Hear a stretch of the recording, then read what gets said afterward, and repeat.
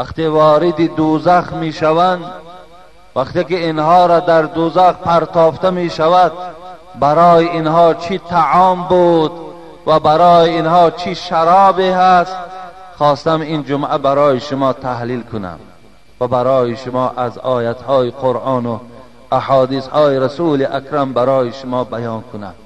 یکی وقتی من اطراف این موضوع تماشا کردم، اینا در یک جمعه و دو جمعه من برای شما بیان کردن نمیتوانم، زیر خیلی یک موضوع وسیع در اطراف طعام دوزخی ها و نوشاکی های دوزخی ها در قرآن وجود دارد. این قصه هندی است و هر یک شما باید این رو داشته باشید. چرا از این ما با شما میگویم؟ این عجل گریپ، گایمرید، انگینا، دردی گلو، سلفا، کرمی میده بوده ایمونیتت رو بقوات کرده، خون رو تونوک و بضرر میگرداند. اگر شما در خانه‌تان یک دو تا داشته باشید، یک سال دیگه دارو و کل برای شاملخوری و سلفا نمیگیرید. برای زکات کردن در دایرکتمون نویسید. اگر شما دایرکتمون نویسه نتونید، در کامنت‌ها قصه هندی نویسید، ما خودمون با شما علاقه میکنیم. السلام علیکم دوستان عزیز. آیا شما برای گذشتن از سرحد دشواری میکشید؟ مهلت حجت‌هایتان به آخر رسیده است. پس من برای شما خدمت رسانی شرکت نور محمد را پیشنهاد میکنم. با ماشین‌های نو و زمانوی، با باوری و اعتماد کامل، توسط رانندگان مرد و زن، شما را از منزل استقامتیتان تا خط سرحد برده برای عبور مرز مساعدت می نمایند. یادآور می شویم که اگر شما از نام شبکه حاجی میرزا مراجعت نمایید، برایتان تخفیف ارائه کرده می شود. رقم ها برای تماس: جمع 7 926 319 59 61. لیکن انشاءالله در یگان سوال و جواب من برای شما شاید که با زیادتر در اطراف نوشاکی ها و طعام های دوزخی ها خبر دهم. البته از جمعه گذشته خیلی معلوم است که دوزخ چی جای پرهیبتی بود، چی جای دهشت، چی جای عقوبت. و این گونه بود که حبیب خدا در حدیث مبارک فرمودند: اینی ارا ما لا ترون. ای امتان من، ای بندگان خدا، ای پیروان قرآن، ای کسانی که در دنیا نام اسلام و نام مؤمنی دارید، اینی ارا ما لا ترون. میبینم آن چیزی را که شما نمیبینید. میبینم. حبیب خدا گو من مشاهده میکنم، من میبینم آن چیزی را که افسوس چشمهای شما باید دیدن نمیتواند. چگونه ای که در شب معراج حبیب خدا دوزخی ها را دید، عذاب دوزخ دید. حتی میگوید وقتی من به نزد یک تنور رسیدم، امروز ما و شما چکدان میگوییم، وقتی به نزد این تنور رسیدم، از داخل این تنور یک آواز، یک صدای دردناک می برآمد: اعلاه ضیق.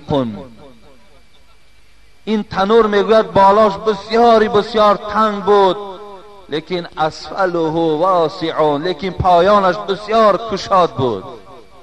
چگونه ای که امروز همون تنورهایی که ما و شما نان میپزیم که بالاش بسیار تنگ است و پایانش گشاد است، به همین منزله میگوید یک منظره را در دوزخ دیدم. برادرای عزیزی که قرآن خوندن نمیتونیم با زبان عربی، اینا با ترجمه تاجیکی و همچنین با حرفای کریلیکی طرز خوندن قرآن. اینا بسم الله الرحمن الرحیم، به نام خداوند بخشنده و مهربان. هم زبان عربی قدی نویسه، هم با زبان کریلیکی طرز خوندنش، هم ترجمهش هست. انا اعطیناک الکوثر فصل لربک وانحر. اینا یکم آیت به درستی که ما تو را کوثر عطا کردیم. یکم آیت نیم. انا اعطیناک الکوثر هر یک آیاتی که میخونه ترجمهش هست، هم با زبان عربی نویسه، هم با زبان کریلیکی نویسه، هم ترجمهش با زبان تاجیکی است. السلام علیکم و رحمت الله و برکاته. در دوزخ دیدم که داخلش بسیار عذاب داشت. وقتی که ما نزدیک این تنور شدیم، در داخل نگاه میکنم که مردها و زنهای عریان وجود داشت و وقتی که از پایان آتش می آمد به نزدیک اینها داد می گفتند، با تمام آواز صدا می زدند. وقتی این آتش کاری خودش انجام میداد، اینها را عذاب میداد، باز آتش که پایان میرفت باز خاموش می ایستادند. حبیب خدا گفت میبینم آن چیزی را که شما نمیبینید، دیدم آن چیزی را که شما ندیدید. خذوه فغلوه ثم الجحیم سلوه ثم في سلسلة زرعها 70 ذراعا فاسلكوه انه كان لا يؤمن بالله العظيم ولا يحض على طعام المسكين فليس له اليوم هاهنا حميم ولا طعام الا من غسلين لا يأكله الا الخاطئون. برداشتن اونها را، بردن اونها را ما و شما از جمعه گذشته فهمیدیم چگونه می بردن، چگونه می پرتافتن، چگونه برای اونها عذاب می دادن. از اینها ما و شما آگاه شدیم.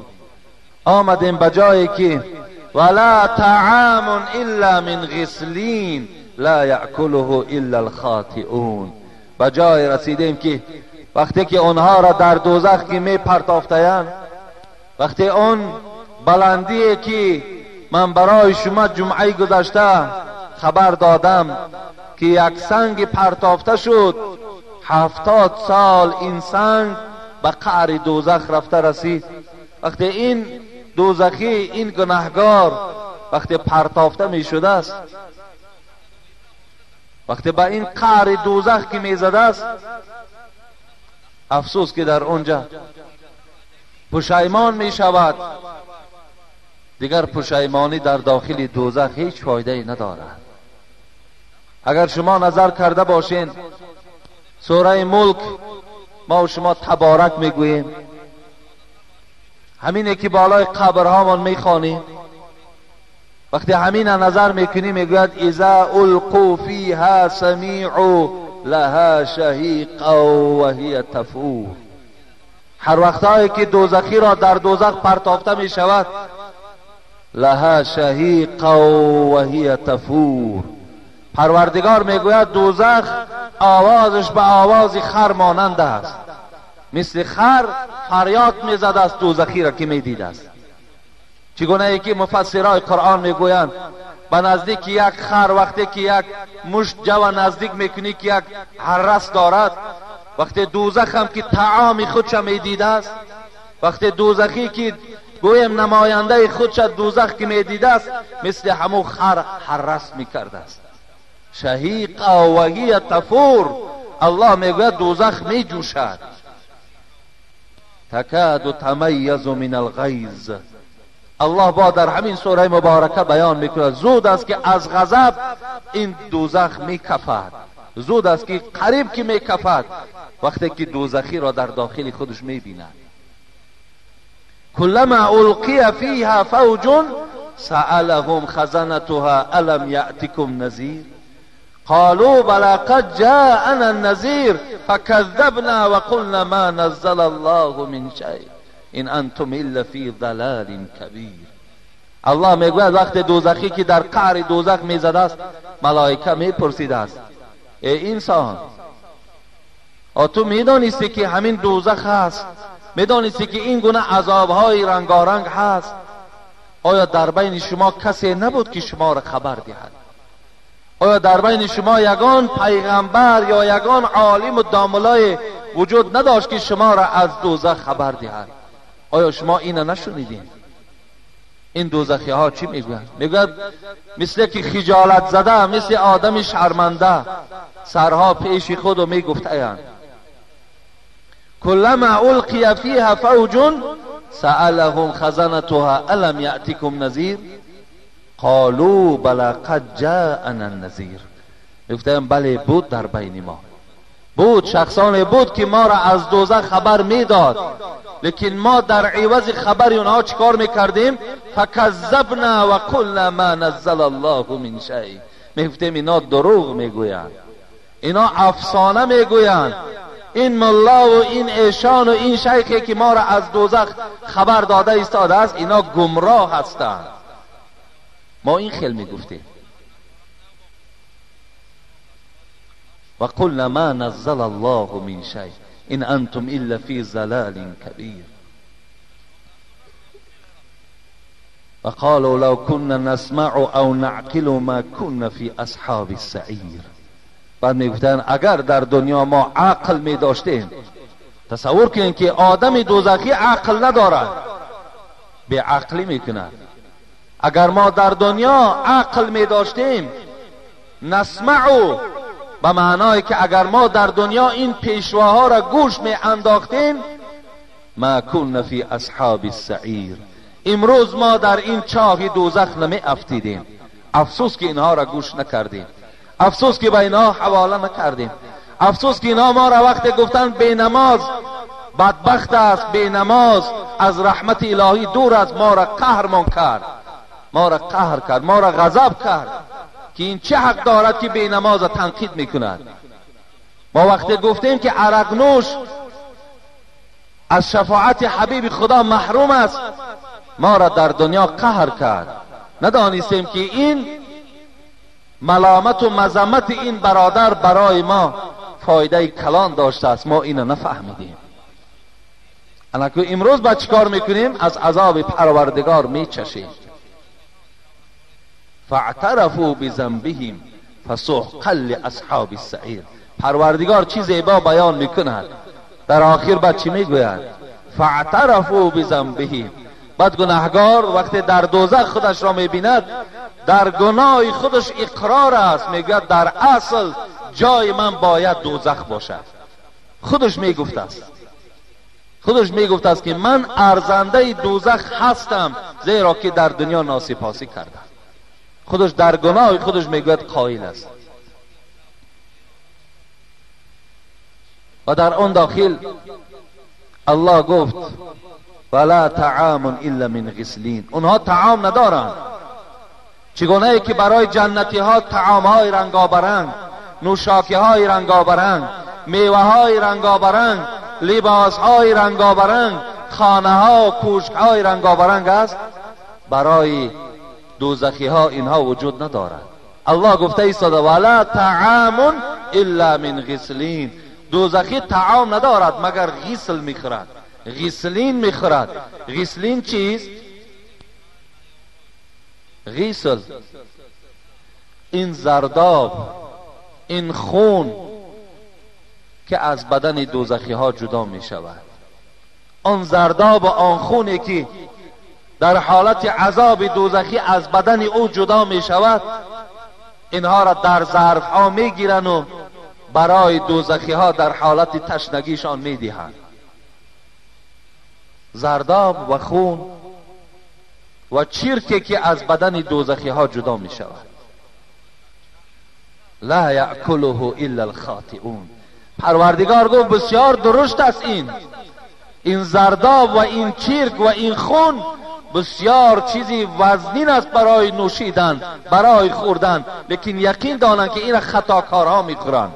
این کسانی که در دنیا خطا کردند، کسانی که در دنیا پروردگار را اطاعت نکردند، این خوراک اونهاست. گفت لا یذوقون فیها بردا ولا شرابا الا حمیما و غساقا جزاء و وفاقا.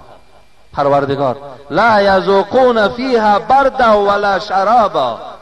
الله میگوید دوزخی در دوزخ هیچ وقت آب خنک نمیبیند، بردا ولا شرابا. هرچند که حرارت بدنش گرم هم که شود، هرچند که همون جایی که عذاب است حرارت گرمی هم داشته باشد، برای او آب خنک داده نمی شود. ولا شرابا، با او شربت داده نمی شود، نوشاکی داده نمی شود.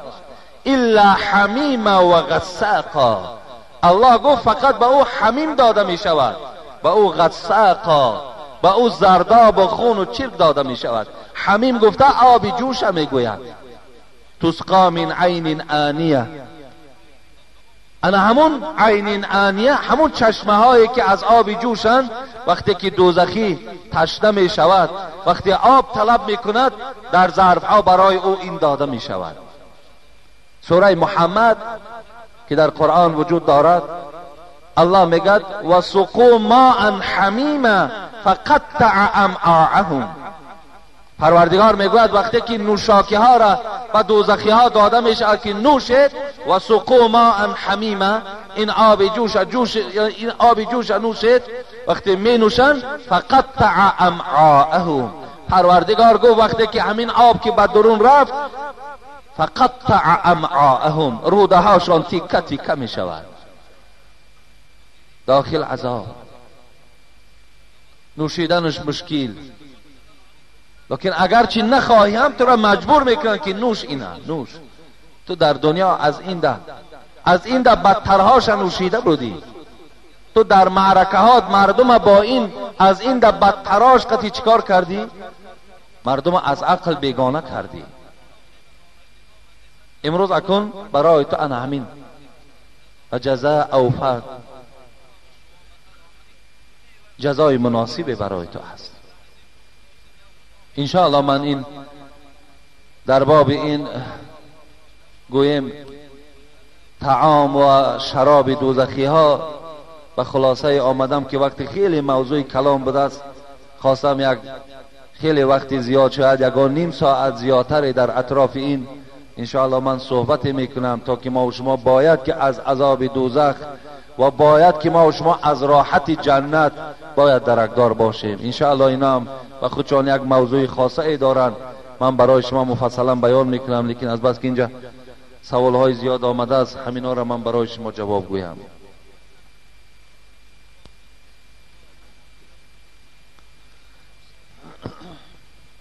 محترم داملا حاجی میرزا، این سوال مرا تعجیلا امروز جوابش را بدهید. پدر و مادر من صاحب 5 فرزند هستند، در یک حولی زندگی دارند، اما ما بین آنها طلاق وجود دارد. در این باره ما فرزندان چگونه رفتار کنیم؟ البته اینم یک گویم خیلی یک مشکلات این فرزندها گرفتار هستند که در این خانه گویم پدر و مادر هست، 5 فرزند از اینها هست، لیکن در بین اینها طلاق وجود دارد. اگر با این طلاق اینا زندگی کنند، زندگی اینا حرام هست. ولی بسیار انسان های هستند که طلاق میکنند، بعد طلاق باز زندگیشان دوام دادن میگیرند، لیکن یقین دانند که بعد طلاق زندگی حرام است. دیگر اون زن برای تو زنی بیگانه است. هر باری که با او خانه‌داری میکنی همچنان است که با یک زنی بیگانه خانه‌داری کرده ایستاده. تصور نکن 5 فرزند دارم، 6 فرزند دارم. اگر 10 فرزند داشته باشی طلاق کردی، زن برای تو طلاق می شود. لیکن این طلاقی کرده این پدر برای این فرزندا گویم یک مصیبت است. اینا دیگر آن راحت و آن تربیه‌ای که از پدر و مادر گرفتن در کار، دیگر اینها از این محروم هستند. دیگر همیشه در بین این زن و این مرد جنجال ها وجود دارد، همیشه در بین اینها نافهمی ها وجود دارد. برای همین من نمیدانم این چگونه طلاق کرده است،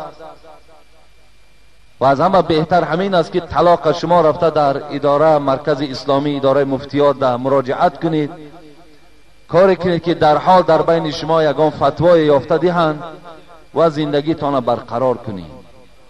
اگر علاجش باشد و علاجش نباشد، دیگر شما در یک خانه گوییم که هم تو یکی از شما مردی بیگانه، دیگرت همچه یک زنی بیگانه به حساب می روی.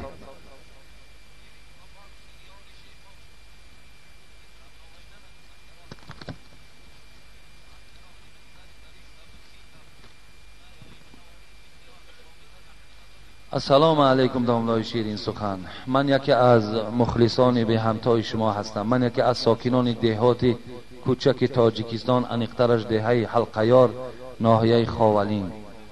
از دهه تا حصار من سفر داشتم، در هر کجایی که بودم، چی در شهر قرغان تپه، چی در ناحیه وحدت، چی در ناحیه رودکی و در هر گوشه شهر دوشنبه و در حصار ثبت آواز شما رو شنیدم و از این خیلی چیزها را فهمیده گرفتم و شاهدی در نماز ویران کردن بعض جوانان بودم که در وقتی در رکوع و سجده گپ می زدن و به هر طرف نگاه می کردن، از جایشان به هر طرف می روند و از مسجد می برایند، در راه یکدیگر را دشنام و حقارت می کنند. بعضی ها این را دیده در آن عقیده اند که پسرانشان را به مسجد رفتن منع می کنند، می گویند که در خانه بخوان. شما که داملای محترم که حقیقت را می گوید و پشتیبانی از اسلام وارثان پیغمبر هستید، این را به همه فهمانید. در حق من دعا کنید. با احترام، یکی از مخلصان اشدی شما، محمد رسول.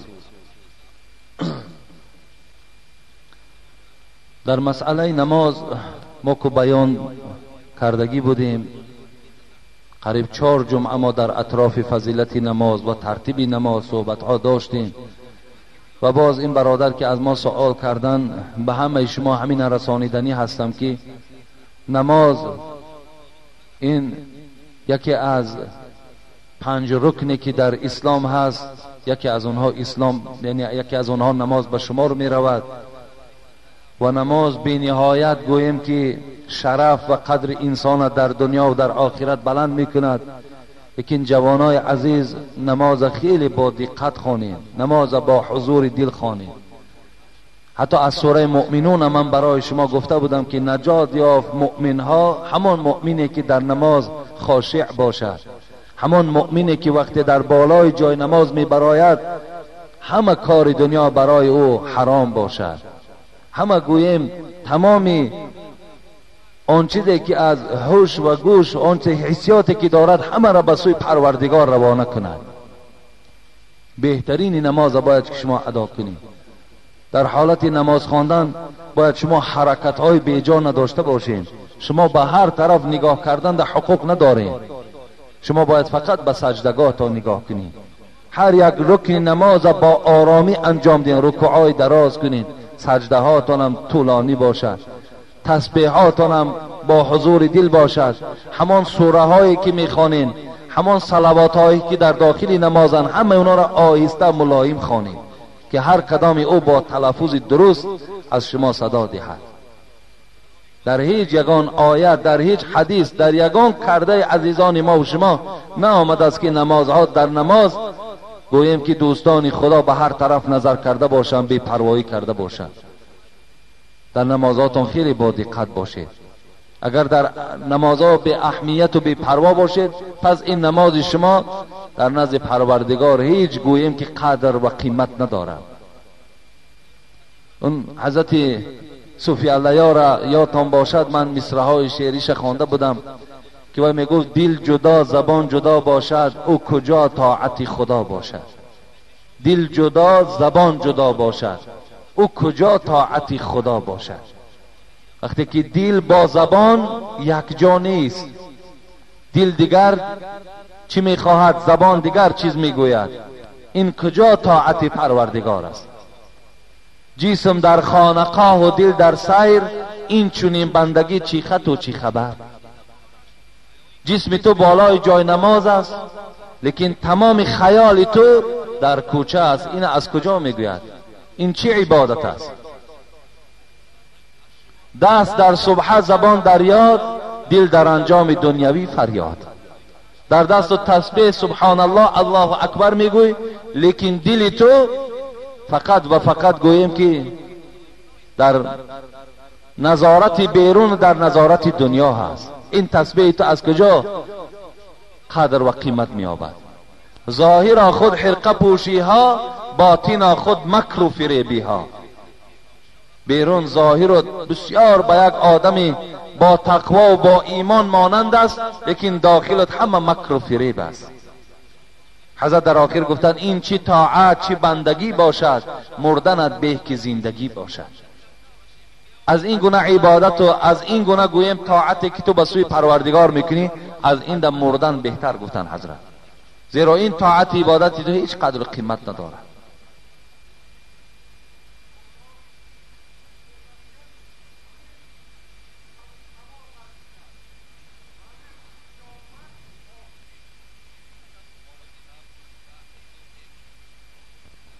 السلام علیکم آبای حاجی، ما با چنین سوال به شما مراجعت داریم. بر شخصی چلاق و عوام نماز خواندن چگونه جایز است؟ بر ما فهمانید لازم است. فرق ندارد انسان در کدام حالت قرار نداشته باشد، نماز بر ذمه او فرض است. حتی آدمی که چلاق هم که باشد، گویم همون پایهاش کارم که نمیکردگی باشد، یعنی چگونه ای که برای او مناسب است خودش نگه داشتن، انا همون زل نمازش میخواند. چگونه ای که برای او حالت نشستن، حالت کج پهلو یا حالتهای چگونه ای که برای او مناسب است، همون گونه نمازش خواند، در نزد خدا نمازش قبول است. یا آدم عوام، آدمی که گویم که یعنی از آیتهای قرآن شاید که درست خواندن نمیتواند، یا شاید که دیگر زبانش تلفظ کردن همین آیتهای قرآن دا راست نمی آید، اینم که اگر چگونه ای که همون حفظی که دارد همون گونه نمازش خواندن میگیرد. لیکن در برابر این باز در پیش یگان شخصی که پیشواهایی که دارند، همون سوره هایی که میداند و اونها را در نماز میخواند، همون گونه چیکار میکند؟ رفته اونها را از پیش یگان پیشوا باز میگذراند. السلام علیکم اکی حاجی داملا، طریق درست نکاح گذرانی چگونه است؟ خواهش میکنم تیزتر جواب گویید. طریق درست نکاح گذرانی چگونه است؟ حبیب خدا میگوید اربع من سنن المرسلین، 4 چیز از سنت های پیغمبر خداست. یکم الحیا، حیا داشتن، این یکی از سنت های پیغمبرها هست که باید همه ما و شما هم با حیا باشیم، حیا داشته باشیم. دوم و تعطر، دوم چیزی که سنت پیغمبر هاست خوشبویی کردن است. من چندین بار در اطراف این صحبت داشتم، باز با شما تأکید میکنم که امروزها خوشبویی ها الحمدلله در این بیرون های مسجد فروخته می شود. از زمانها گرفته استفاده برین، همیشه بدن شما باید خوشبویی کند، چی در نماز چی بیرون نماز باید که خوشبویی در شما وجود داشته باشد همیشه. و سواک، سیوم سواک، مسواک کردن، دندانها را شستن، اینم از سنت جمعی پیغمبر هاست. و چهارم النکاح گفتن، نکاح هم سنت از سنت های رسول اکرم به شمار می رود. فمن رغب عن سنتی فلیس منی، حبیب خدا گفت کسی که اگر از همین سنت من، یعنی از همین چه از خوشبویی، چه از حیا، چه از مسواک، چه از گویم نکاح اگر پشت میگرداند، وای از ما نیست گفتن حبیب خدا. لیکن افسوس که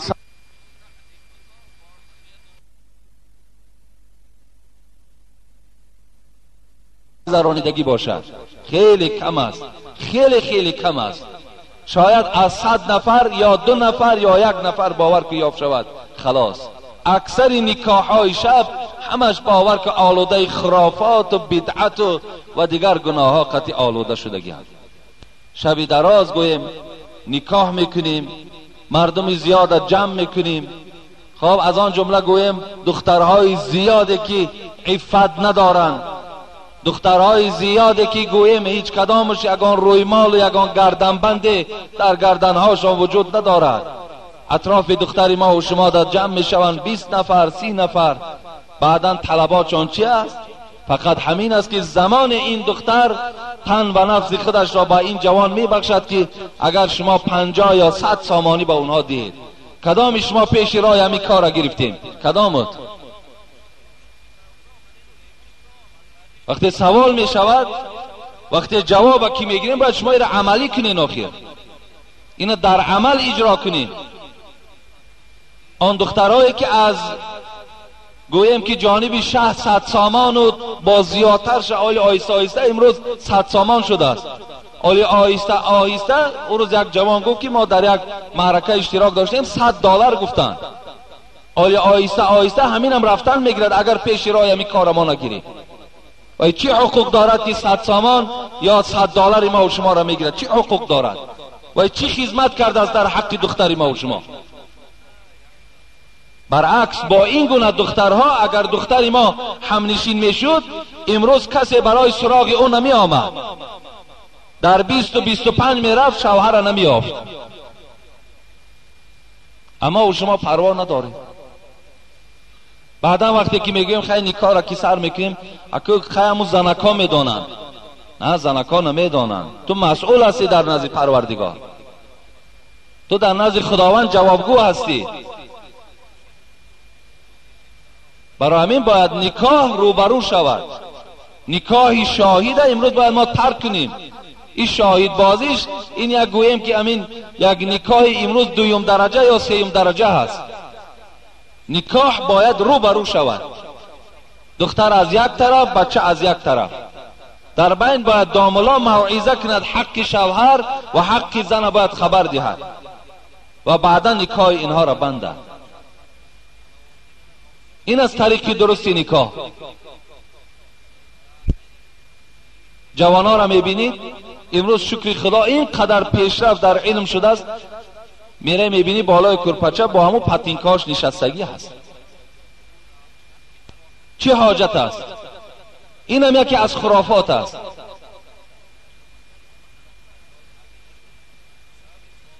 برای همین شبهای نکاح را باید شبهای خیلی گویم با موعظه و با پند و نصیحت گذرانیم. ما یک بار برای شما گفته بودیم که همون شب توی باید شب نکاح باشد. مقصد از ما چی بود؟ مقصد شما یک روز دیگر را برای نکاح جدا نکنین که خراجات بیهوده می شود. لیکن هیچ بهبودی از بعد جواب گفتن نمی بینیم. هیچ بهبودی نیست.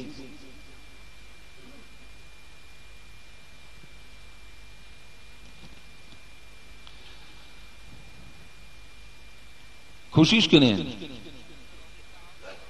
کنین حمد الحمدلله همون نکاحی که می شود بین همون دو مسلمان می شود و همون نکاحی که می شود بین همون دو تاجیک می شود. پس با یک دیگر مصلحت کنین. شب نکاحتون شبی باید که با پند و نصیحت باشد، شب کم اسراف باشد و این شب برای شما بهترین شب باید به شما رود. بسیاری چیزایی هست که امروز در اقتصاد ما و شما زلال دارد. یکی شما میگه خیلی چی گپی ندارد. نه، گپ دارد. عاقبت مشکلات های زیاد میارد. دیگر ما و شما این بعد از بالامان بیرون کردن نمیتوانیم. یک نفر شخص میآید یا نمازخوان است، میبینی آدم مسلمان است، میآید اون نام شهجت است، میآید همین قدر خبر میدهد که یک ساعت پس شه میآید. باید این شهجت حتمی که یا جامعه یا کرته باید یا پول داده شود که شه می آید. شه آمدی چی گپی نه، هم یک آدم خاکی بود است، آمدن بگیرد نمی خانه. با برای آمدن او چیکار کنی؟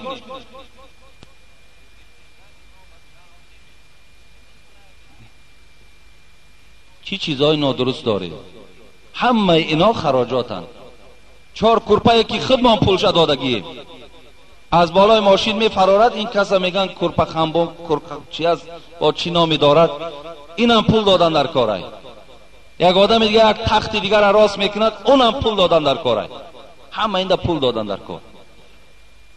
اگر برای اسلام و برای ثواب گیم، اینا نه از اسلامن نه ثواب دارن. باید اینا در ما و شما مبارزه بریم، اینا را از بین دور کنیم.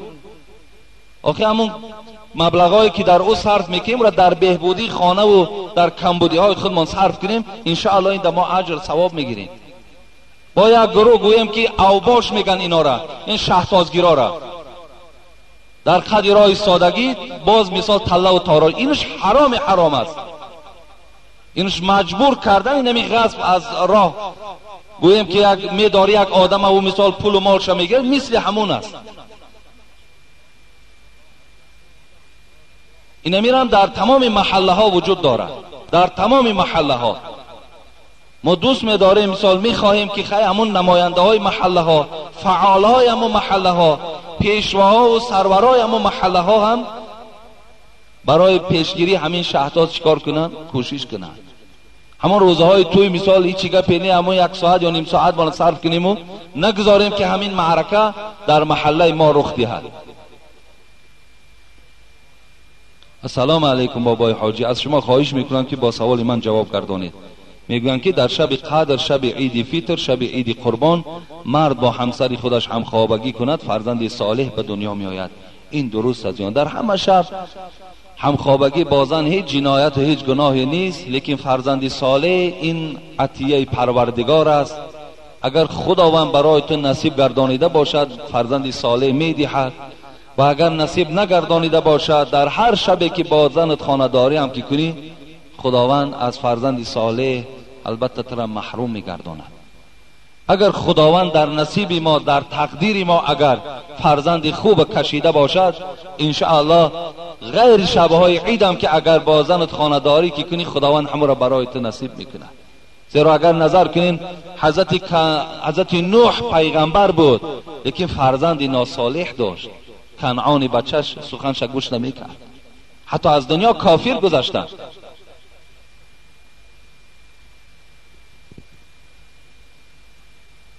یک برادر دیگر اینجا سوال کرده بود، اون سوالش نخواندم، در بابی که همون شبهای نکاح در بعض جوانها امروز عرق نوشیده می روند، نکاحت باقی نمی ماند. برادر عزیز،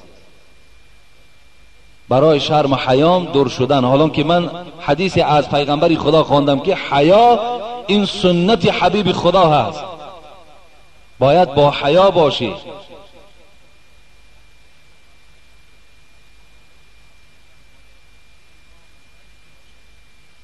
اینجا همون سوال کردن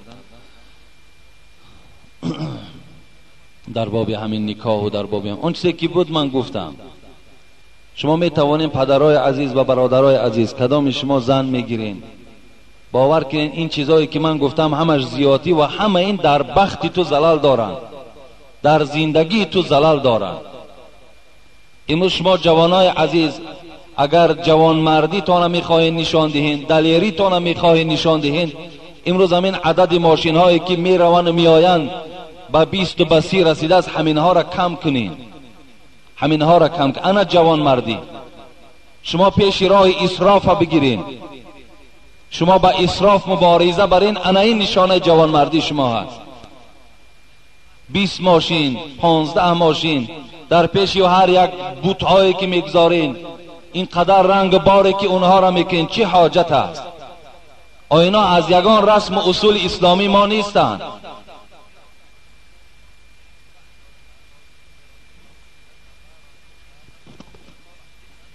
السلام علیکم داملا، سوال: اگر در مسجد قوم جمع شد در این حالت امام اشتراک کردن نتوانست، نماز را چگونه به جا بیارند؟ اگر از اهل جماعت قرآن خوان نباشد یا شخصی که قرآن خوان نباشد امامتی کردنش درست است یا نه که نماز جماعت را خوانده دهد؟ خواندن نمازهای گذشته درست می شود که قضای آن را بجارند. البته نمازهای قضای گذشته به ذمه همه ما و شما واجب است، باید نمازهای قضای گذشته را ما خوانیم. خب لیکن امام وقتی اشتراک نکرد در همون داخل قوم، کسی که اگر گویم نماینده هاش باشد، نماینده هاش نباشد، در بین همون قوم کسی که ذره بهبودی دارد از قوم دیده، همون پیش در آمده نماز خواندن میگیرد. اگر میبینیم که همش عوام است، همش جاهل است، اقتدای جاهل به جاهل درست میشه. یک جاهل شب پیش میدراریم دیگرش از پس خواندن میگیرن، درست میشود. فقط عالم از پس جاهل نمازش درست نمیشود. یا گویم که قاری را از پس گویم یک آدمی عوام باشد، عامی باشد، از پس او درست نمیشود. جاهل به جاهل اقتدا کنه درست میشه نمازش. السلام علیکم داملای عزیز، خواهشمندیم با سوال ما مفصلتر جواب دهید. درباره ارتیش خیرات میت در یگان کتاب مبلغش معین کرده شده است یا نه؟ در محله ما یک زن جوان صاحب 4 فرزند نابالغ از کسلی دور و دراز از دنیا گذشت و پسندازی نداشت. ما خواستیم که 1 سامانی خیرات کنیم، ولی داملا و موی سفیدان گفتند که نه کم از 2 سامانی خیرات کنید که جنازه می خواندگی ها دیگر نمی آیند. ما حیران چیکار کنیم؟ خیلی موی سفیده که برای 2 سامانی میاد نیاید و بهتر است. همون جنازه‌ای که برای سامانی خوانده شود از او هیچ فایده به میت نمیرسد. ما باید که همچو یک برادر مسلمان من گفته، همچو یک قرض و همچو یک از واجبات ایمان دانسته باید در جنازه چی خواهر باشد چی برادر باشد باید اشتراک کنیم. اگر ما به خاطر آن که وای مثال پول میدهد یا زیادتر میدهد اگر رویم، این حالت در ما و شما از ثواب جنازه هیچ چیزی برخوردار نمیشویم. حبیب خدا گفتن کسی نماز جنازه میخواند 1 قیراط ثواب در نامه اعمالش نویسانده میشود. 1 قیراط ثوابش مثل یک کوه احد که وای خیلی اندازه کلان دارد، مثل یک کوه احد گفت در نامه اعمال شما خداوند ثواب می نویسد. کسی با سر قبر رفته دعا میکند، این حالت 2 قیراط در نامه اعمالش گفت خداوند می نویسد. که به خاطر ثواب میریم ما، به خاطر که پروردگار همه رحمت و مرحمت به نسبت این مؤمن روا ببیند. این خیلی گویم که یگان جا معین شدگی باشد که حق خیرات فلان سوم، در یگان کتاب حق خیرات گفتگی وجود ندارد. شکر خدا اینه در محله ما با سرداری همین وکیل محله حاجی رجب علی ما خودمون شکر خدا دلالت کردیم قریب از 10 جنازه ممکن 1 جنازهش خیرات کند. اکثریتش مثال بینوا هستن، فقیر هستن، به خودی خاندار میبخشیمش. جنازهش خوانده رفتی استی هیچ جای گناهگاریش یک یاردم یک کمک میشود. این چی معنی دارد که ما 1 سومه پرتای 2 سومه گیری؟ او یاردم آوردیم ما به خاطر یاردم آوردیم. من 1 سومه آوردم دادم یا 5 سوم دادم به خاطر که همین خاندان از پول من برخوردار شود. وقتی 1 سوم دادم 2 سوم گرفتم این جبر میشود.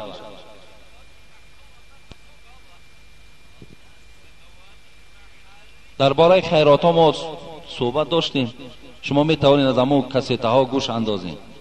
السلام علیکم حاجی حضرت، اگر پول داشته باشی ادای حج ضرور است یا همون پول رو به کم بغل ها تقسیم کنی؟ نه، این وقتی انسان صاحب دولت می شود به ذمه او فرض می شود که رفته حج کند. اگر وای پول حج در کم بغل ها تقسیم کرد وای در نزد خدا برای نرفتن حج گناهگار می شود. وای باید که حج رود.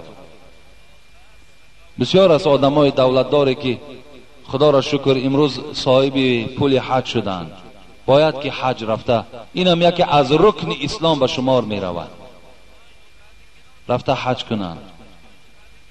بعد آمدن از حج مرحمت دفعه دوم نروند، دفعه سوم نروند. اگر همو پولی که در دستشان هست اگر کم بغل ها و فقیرها و مسکین ده تقسیم کنند، انا این حالت ده ثواب میگیرند. لیکن 1 بار در عمرش به ذمه هر یک شخصی به دولت حج کردن فرض است.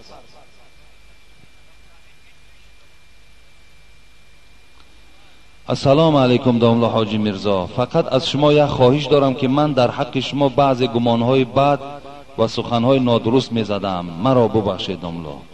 انشاءالله ما شما را بخشیدگی. این کدام برادری به دست در حق شما گمانهای بد و یا شاید سخنهای بد گفتن، ما انشاءالله هر کسی که تا امروز گفت یا آینده هم که میگد ما همش بخشیدگی هستیم، همش بخشیدگی هستیم. انشاءالله باید که ما زیر ملامت باید قرار گیریم، باید نسبت ما سخنهای بد و گمانهای بد بسیار باشد. انشاءالله این فضل ما است، انشاءالله این برکات همون است که ما یعنی چیز خدمت در راه اسلام کردیم. وقتی ما آرام باشیم، وقتی ما یگان سخن بد نشنویم، یگان شکنجه نبینیم، یگان فشار نبینیم، پس معلوم میشه که خدمت من هیچ نتیجه نداده است. انشاءالله این نشانه نتیجهش است. ما چه عذاب دیدیم؟ ما هیچ شکنجه ندیدیم. سخنهای وزنین ترینی که رسول اکرم و چهاریار میشنیدن اگر اونا را باور کنم من یاد کنم به خدا قسم موی تنه ما و شما میخیزد. لیکن ما هیچ چیزی ندیدیم تا حال. برای من هر گمان بدی که کردین انشاءالله من همه شما را بخشیدم و آینده هم که کنین من شما را بخشیدم. فقط به ضرر شما حل می شود که در نامه اعمالتان خدا گناه می نویسد.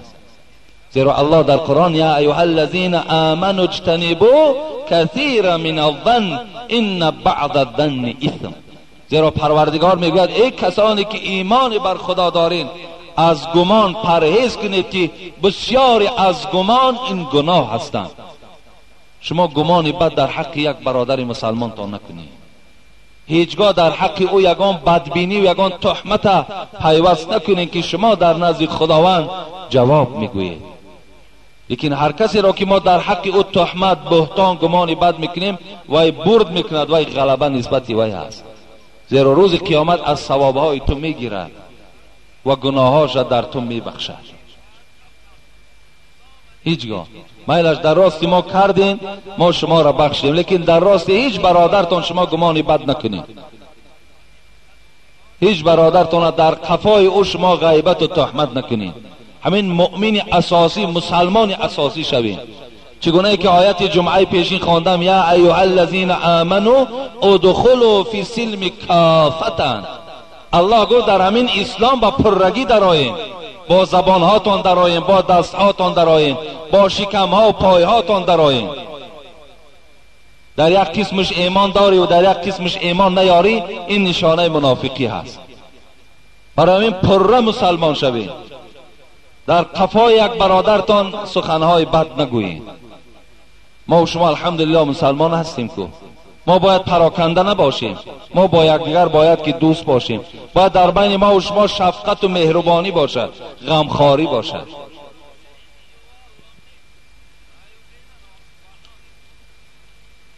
السلام علیکم دام الله حاجی میرزا. میخواستم با یک سوال بنده پاسخ میدادید. تکبری در اسلام گناه میباشد.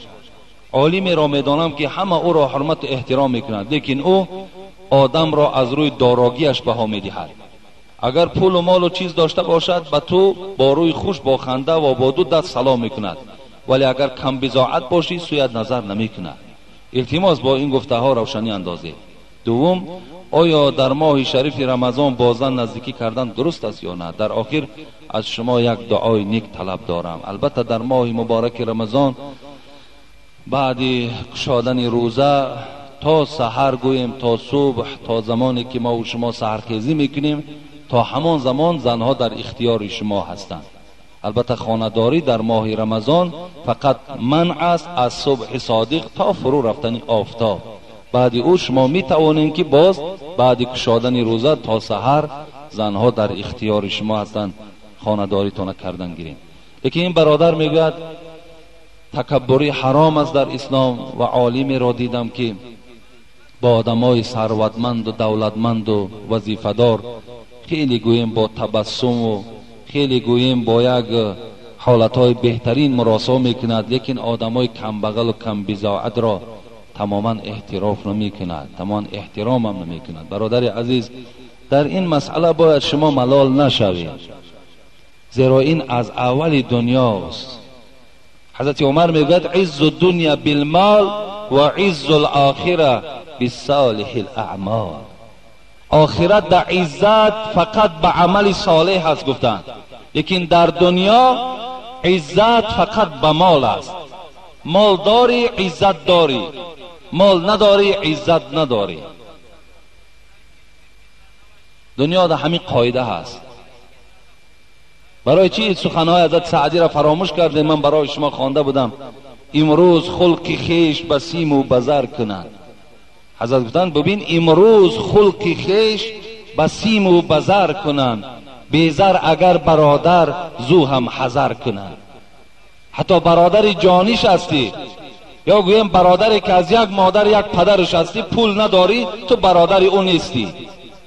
امروز در همین تجربه حیاتی های شما ندید، همت میدانین که در خانه های وجود دارد که یک بچه دولت دارد، بچه دویمش دولت ندارد.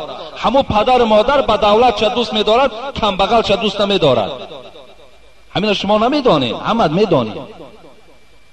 همون برادر دولت دار گپی او سخنی او تاثیر دارد، این به دولتش هیچ سخن هم ندارد، قدر هم ندارد. اینو در تجربه حیاتی همت دیده ایستاده این. حضرت عمر بیهوده نگفت عزت دنیا به مال است. در دنیا مال داری عزت داری، مال نداری عزت نداری. امروز خلق خیش به سیم و بزر کنند، بیزر اگر برادر زو هم حذر کنند. ببین در دوام چی میگوید؟ میگوید زردار را به مجلس جای دی هم بسر، بیزر اگر بیاید جا تنگتر کنند. همه یک آدم پولدار و منصبدار که در آمد همه میخیزد، همه میخیزد. یک ملا طاقه نه، همه شما میخیزید، همه میخیزد. زردار را برده در بر بالا جای میکنند. امروز در دنیا در همین تجربه حاضره دیدید کو بیزر اگر بیاید جا تنگتر کنند. یک آدم بی صاحب، مثال آدمی گویم فقیر و بی پول باشد، بعد جا را تنگ میگن، جا نیست خانه دیگه برینش. همین است که آخر زردار اگر بمیرد خیشان و غیر گیریند، بیزر اگر بمیرد کم چشم تر کنند.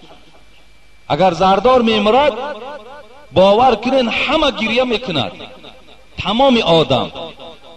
لیکن آدم بیزر میمیرد یک کس گریه نمیکنه، یک کس آبی چشم نمیکنه. حتی من در یک گویم جنازه ها اشتراکی میکنیم امروز، در آدم بیچاره وقتی همون پول پرتایی میشود، آدم بیچاره در باور که 20 درمه 50 درمه میپرتایند. آدمی وقتی یک آدم منصبدار و وظیفه‌دار از دنیا میگذرد، همین آدم کمبغل دیدم 5 سوم پرداخت، 5 سامانی. حالا که 5 سامان احتیاج فقیر دارد، اون آدم پولدار و مالدار احتیاج به این پولی پرداخته تو ندارد.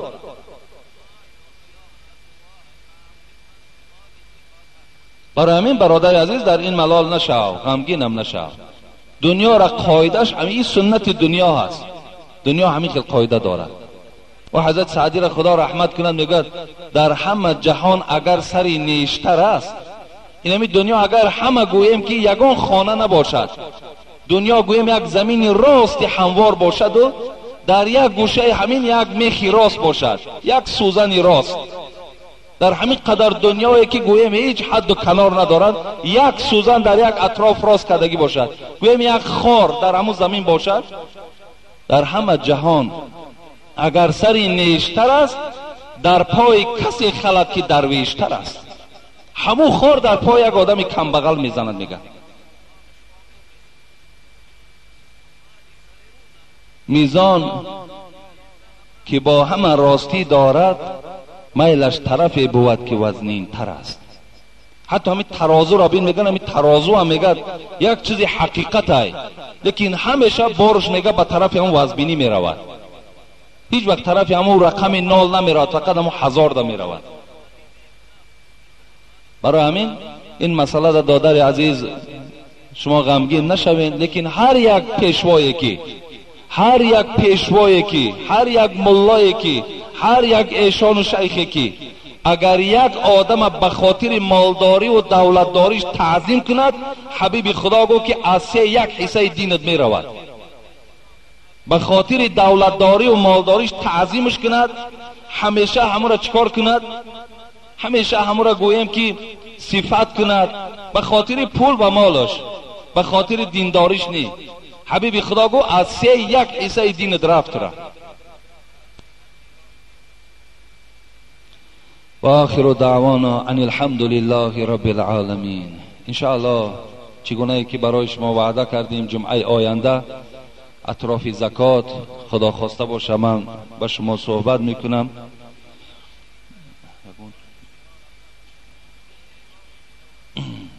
سلام داملای عزیز که حاجی میرزا اپای من از شهر مسکو پیغام کرده است که شما او را دعای نیک دهید، چون که پسر بچه او را جراحی دل کردند. اعتقاد بسیاری اون نسبت شما ما را وادار کرد که این پیغام را به شما رسانیم. اینجا 20 سامانی روان کردن و گفتن که در حکمون فرزندشان دعا کنیم. این مادر از راه دور پیغام کردن. و اینجا یک برادرم برای یاردم مسجد اکا عزت الله هم از سیاو مبلغ دادن که در حق گذشتگانشان دعا کنیم. و کسانی که در صندوق خیریه خیر احسان میکنن که وی هم برای بهبودی همین مسجد صرف کرده می شود. دعا کنیم که خدای مهربان این فرزندی که پیغام کردن که در حقش دعا کنیم، خداوند شفای کامل و شفای عاجل نصیب روزیش بگرداند. خداوند این فرزند به بایه برساند و خدمتگار پدر و مادر و خدمتگار دین اسلام بگرداند. و تمام آن بندگانی که برای آبادی این مسجد خیر احسان میکنند، خدا گذشتگانشان رحمت و مغفرت بگردانی و خود ایشان خدا عمر دراز و خاتمه بخیر نصیب بگردانی. و تمام آن کسانی که در صندوق خیریه خیر احسان کردند، خداوند خیر احسانشان قبول و عاقبت کارشون خدای مهربان با خیر بگردانی. آمین و رب العالمین.